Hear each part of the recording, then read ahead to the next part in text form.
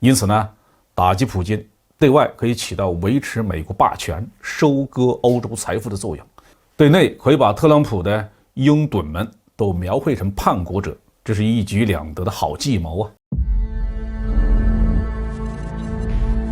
各位网友，大家好，欢迎来到包明说。这期话题我们说的是美国极右翼的白人崇拜普京吗？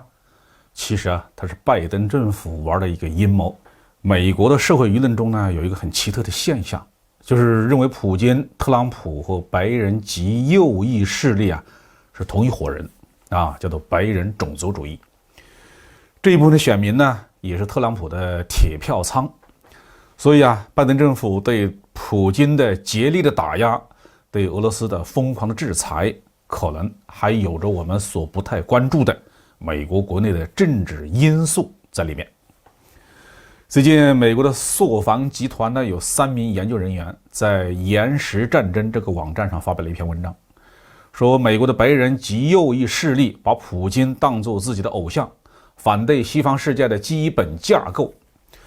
这个索凡集团呢，是一个叫做阿里·索凡的黎巴嫩裔的美国人创建的。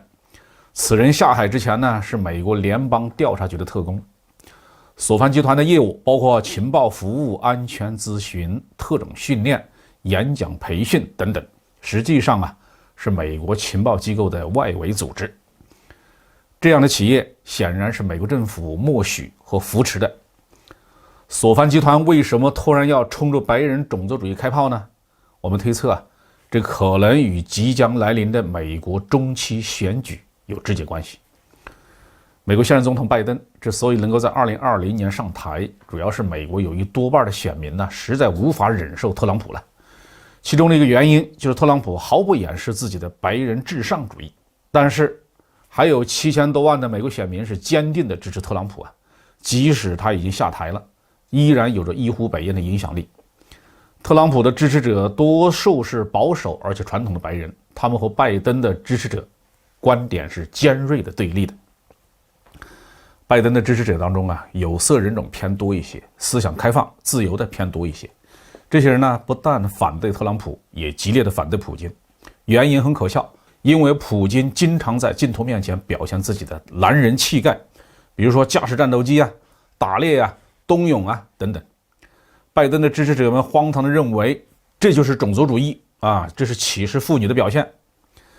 特朗普呢，无论是在野还是在任，都反复地表示自己很欣赏普京。就在2月24号，乌克兰战争打响的当天，特朗普还公开地表示，普京承认顿涅茨克、卢甘斯克这2个实体为独立国家是非常明智的做法。因为这些原因，美国就有一部分人把特朗普、普京和白人种族主义者放到了一起。实际上呢，确实有那么一小部分美国白人种族主义组织公开表达了自己对普京的仰慕。然而这些人呢，不过是说说而已，到目前为止呢，没有看到美国的右翼白人前往俄罗斯帮助俄罗斯打仗，没有给俄罗斯政府的捐款，同时这些人也没有阻止拜登政府的对俄的制裁措施啊，反倒是拜登政府组织了为数不少的雇佣兵前往乌克兰。虽然相当多的雇佣兵已经成了炮灰，但是拜登政府是乐此不疲呀。拜登政府是一定要把普京置于死地，可能也是为了挽救自己的支持率。因为新冠疫情的问题、物价上涨的问题、国内供应链的问题，拜登的支持率是一路走低。华尔街日报3月2号到7号进行了一次民调，显示拜登的支持率为 42%， 反对率达到 57%。 局面很危急啊，所以拜登和民主党正在商讨对策。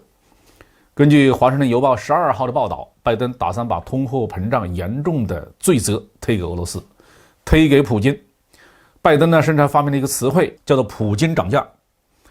白宫官员还敦促拜登的支持者们一定要炒作这个词儿，让它流行起来。因此呢，打击普京对外可以起到维持美国霸权、收割欧洲财富的作用，对内可以把特朗普的拥趸们都描绘成叛国者，这是一举两得的好计谋啊！在索凡集团发表的这一篇文章中，指名道姓的指责极右分子，比如说在占领国会期间出了名的美国民兵组织骄傲男孩。福克斯新闻的主持人塔克·卡尔森，当然还有特朗普本人。民主党这么干，共和党方面当然不会坐以待毙。有共和党人表示，在俄乌战争爆发之前呢，美国的通货膨胀率就开始爬升了。拜登政府把这一责推给俄罗斯也没有用。在我们看来啊，共和党或者是民主党都是一丘之貉，他们无能解决国内问题的时候，就会甩锅推给别人。特朗普执政后期，因为无法应对新冠疫情呢，特朗普隔几天就要公开指责中国一次，要中国为疫情负责。拜登和他的支持者们喋喋不休地甩锅给普京，打击普京，打压普京，性质恐怕是一样的。好，这期话题就说到这里。